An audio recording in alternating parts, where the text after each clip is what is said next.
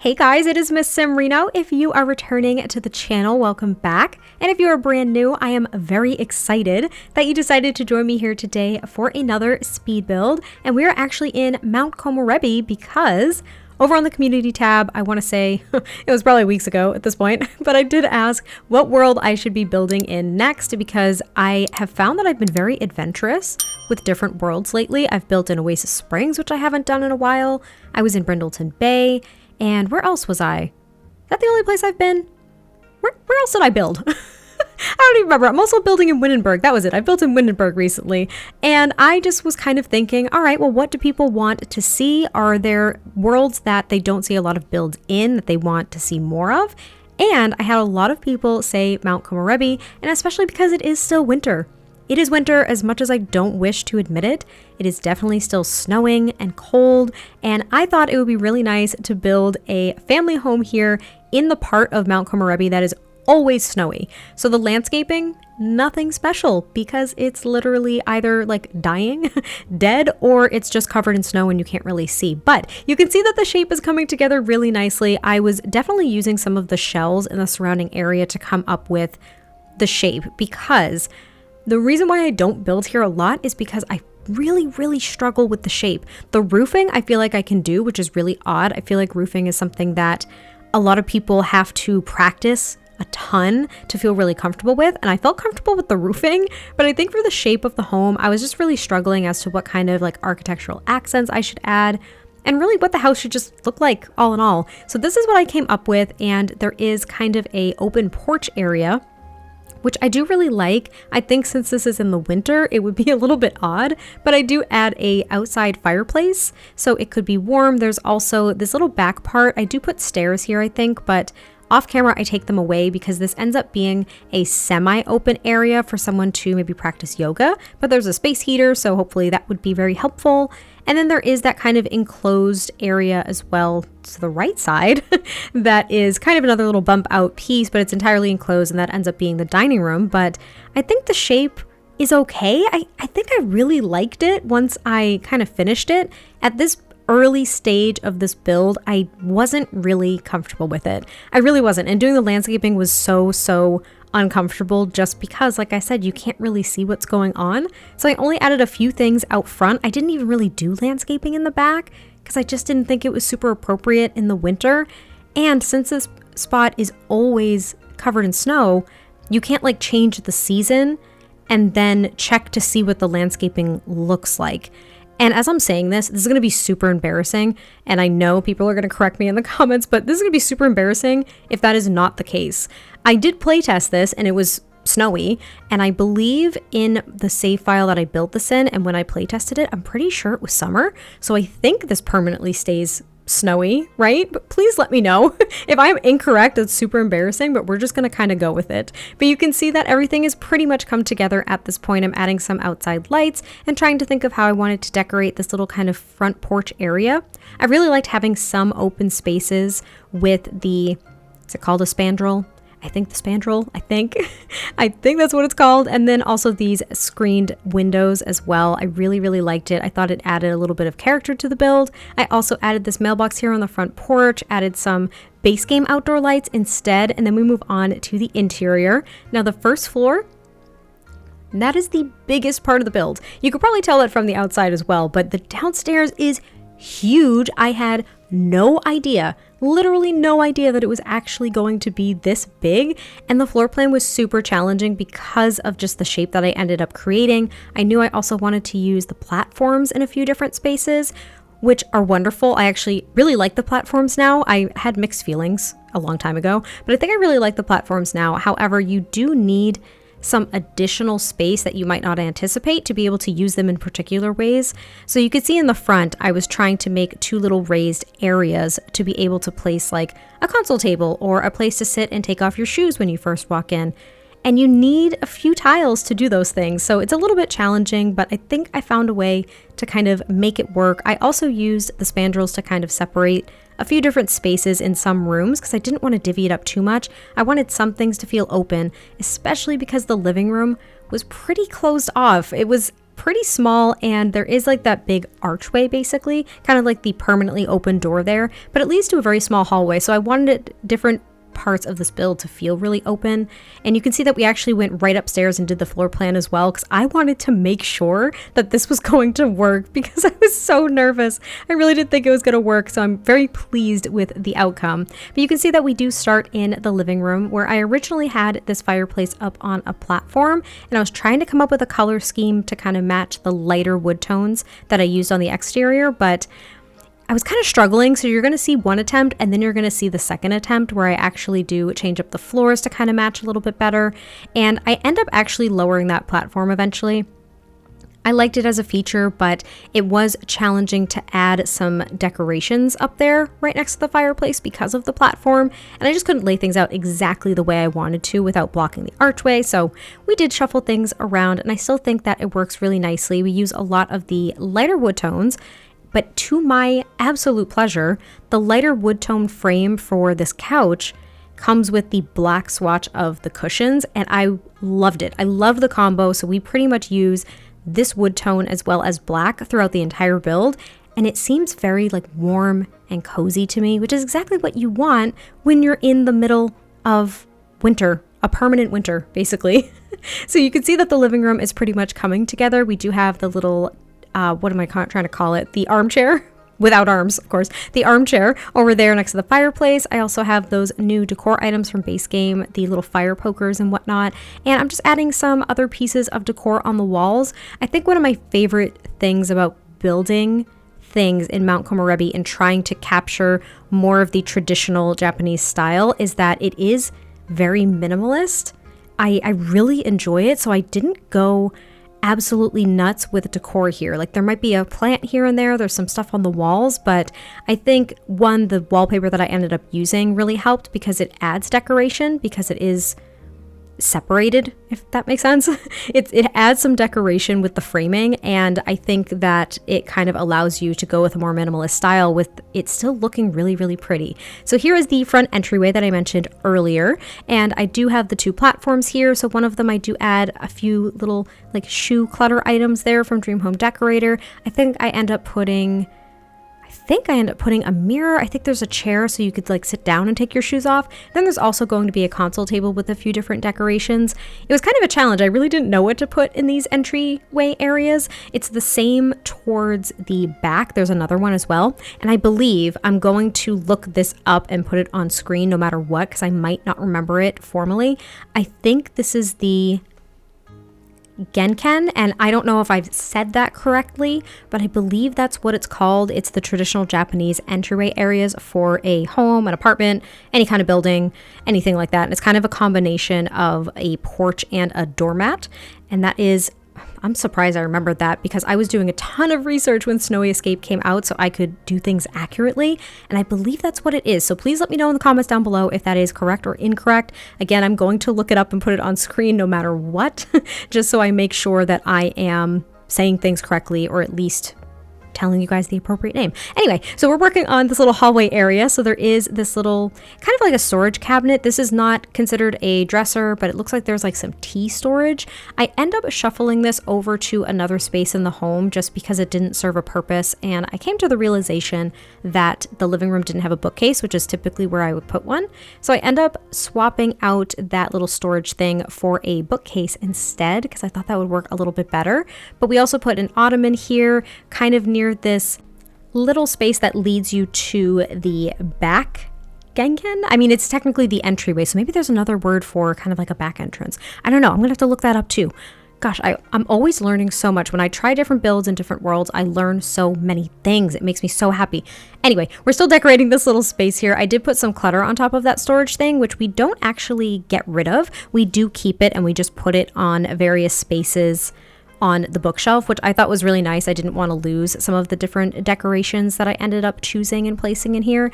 And since I didn't know what to do with the space, this was so exciting to me. I made an actual walk-in closet right in the entryway. So even though you take off your shoes and whatnot in the front, you could walk right in to this closet and like hang up your coat and stuff. Of course, it actually functions as a wardrobe. So your Sims could use it as they're like heading out the door. They could put on their winter attire, which I think is a really neat idea. But this is when we swap out that cabinet type thing with the bookcase and try to sort out some of these different decoration items. I was also pulling out a bunch of things that I was finding in the catalog as I was scrolling through that I wanted to use later, because I have not built in this world.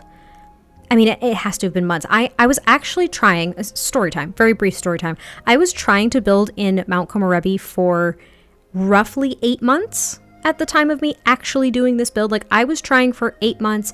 I started countless builds in this world and I despised every single thing I was coming up with. I find it so hard to build here. So when everyone was saying, oh, we'd love to see builds in Mount Komorebi, I was sweating. Like, I was freaking out, just being like, well, guess I'm just gonna have to disappoint, because I've been trying to build there for literally 8 months and I haven't come up with anything. And suddenly I looked on Pinterest, I looked at some things that I had pinned from months ago, and I built this, and I don't know what happened. So builder's block is super real. It happens to the best of us and the worst of us. It happens to all of us. That's what I'm trying to say. It happens to literally everyone. And sometimes it just takes you pushing through it to be able to create something. And that's pretty much what happened to me. That's how I ended up with this. But this is going to be the kitchen, and I really loved using these counters and cabinets. I believe they're from, I think they're from Spa Day, if my memory is serving me correctly. I could be wrong, but I don't use them a lot because they seem to have kind of like this modern flair. And I really don't like a lot of the swatches, but it worked perfectly for this build. I really like the Snowy Escape cabinets, but the fact that they're all open, it makes it seem very busy, especially if you add a lot of clutter to it. And I wanted the kitchen to feel still very minimalist and clean, even though I do add a few different clutter pieces. I just didn't want it to be too chaotic. I wanted it to still be pretty clean. But I added the Tea Magic Brewer over here, and I kind of merged that other little shelf there from Snowy Escape into the cabinet just ever so slightly, because it had a lot of like tea items and things, which I thought was perfect. And then I'm adding a few more pieces here and there just to add a little bit of personality. And even though I didn't want it to be chaotic looking, I did want it to look very lived in. And I did debate, because this was originally a rental lot, I debated making it a rental lot, but I was really feeling the urge and the pull to make a family home here, because I just haven't done one. I don't think I've done a family home in Mount Komorebi since the pack came out, and that home was specifically for my Let's Play family at the time. That was a mouthful. That was really hard to get out.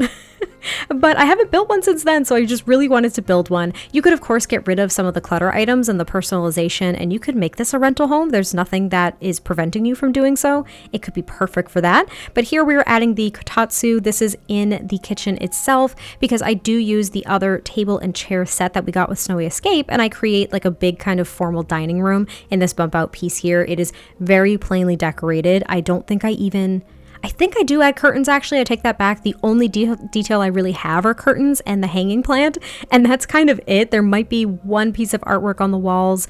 There might be another like wall light, but that's it. I really didn't have room for everything else that I was thinking of adding in here, because it was getting very cramped. And I do playtest all of my builds, so I had my sim access every single chair in that dining room. They were able to sit at the kotatsu. They were able to make a meal. Everything was good to go in the kitchen. And then this is going to be kind of like a little hallway area towards the back where the staircase is, so your sims can get up to the second floor. But we do clutter up this shelf. This is easily one of my favorite items from Snowy Escape, and I forget that it exists all the time, which I don't know what that means, but I forget all the time. And I just love it because it's an empty shelf, but it's a reasonably sized empty shelf too. Like, it's not huge, it's not super tiny. I just really like it. It has a nice shape to it. I enjoy it very much.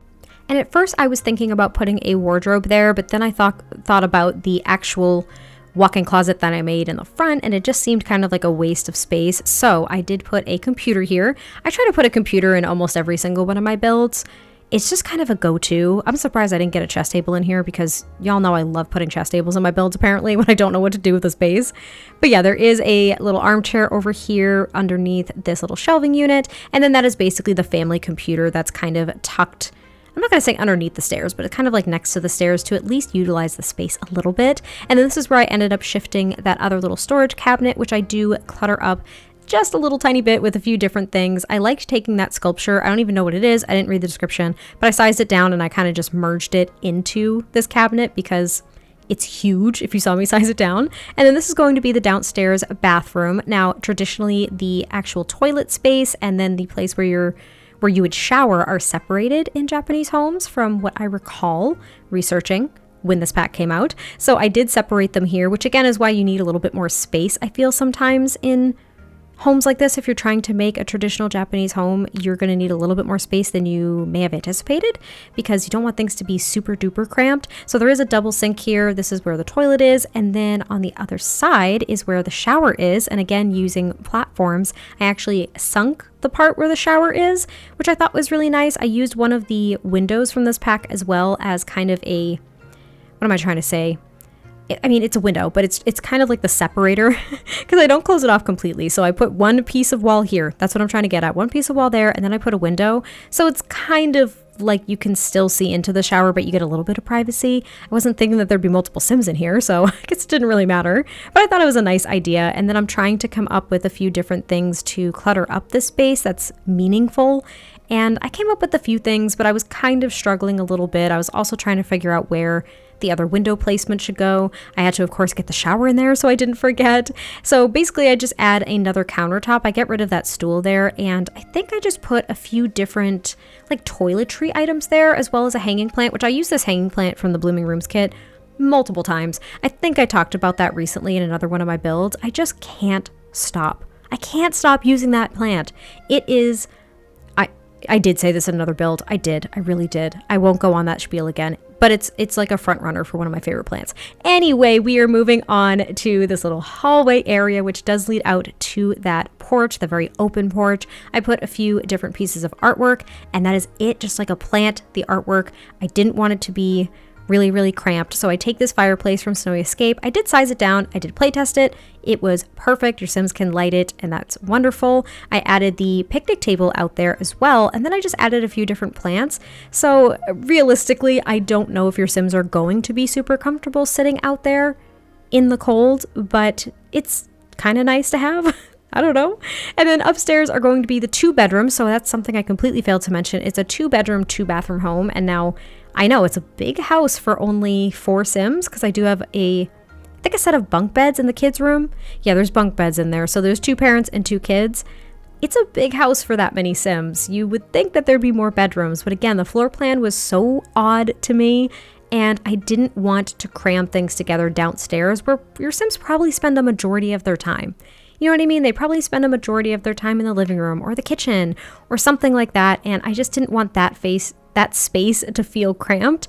The bedrooms I didn't really care too much about, to be honest. Like I didn't care if they felt more cramped. So that's why it's a little bit smaller and there's only that many bedrooms. But this is going to be the parents' bedroom. So there's, of course, the double bed, the dresser. I think there's also going to be one of those little poofs from Snowy Escape. And I wanted to say an ottoman, but I don't. No, I do. I put an ottoman in here and just another few pieces of artwork. I did test it out too. My Sims could get to both sides of the bed, so that was wonderful. And then the parents do have the bathroom as kind of an ensuite up here. So the kids, I suppose the way I would play it, I would send the kids downstairs to use the bathroom. I wouldn't let them into the parents' room to be able to use that bathroom. It's just the private space for the parents, which I thought was nice. And now I'm just going downstairs and going upstairs, which is giving me whiplash. And I'm copying over everything that I used in the bathroom downstairs. It was a little bit smaller than the bathroom on the first floor, so I did have to make a few sacrifices here and there. But there is a double shower, which I thought was nice. I was thinking, the parents... They have double showers. If they want to take a shower, then they could do that at the same time. I don't know. I'm just thinking out loud. They could do it. I also tried to use the platforming tool to lower that area, but I forgot that on the second floor, you can't lower and sink platforms. You can only raise them. So I completely forgot about that. Fun fact, if you didn't know that. And then this is going to be the kids' room, where I do try to just make it like a single room for a kid, but I just really wasn't getting the inspiration to make a room for just like a single kid or a teen. I was actually thinking a teen originally, and it just wasn't coming to me. I couldn't imagine their personality. I couldn't picture who they were, and I just stripped it away. And then I was thinking, you know what? They've got 2 kids. And again, I actually don't really know what their personalities are like, but I feel like kids' personalities I can think of a lot faster than teens. I don't know why that is. Maybe it's because I'm just like desperate for more kid things in the game. so I'm always thinking about them and trying to make them a little bit more interesting and playable, which that sounds kind of mean. I actually play with kids a lot in The Sims, and there is a lot for them to do, but there are certain things that I definitely am still looking for personally for kids in The Sims.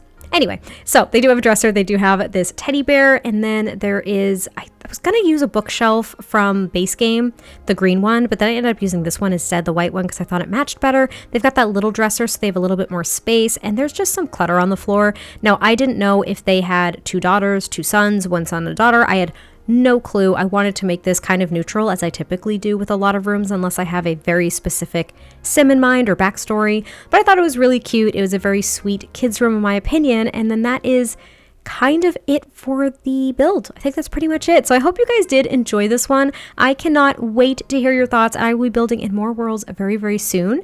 And I will catch you next time I post a video, and I will talk to you soon. Bye.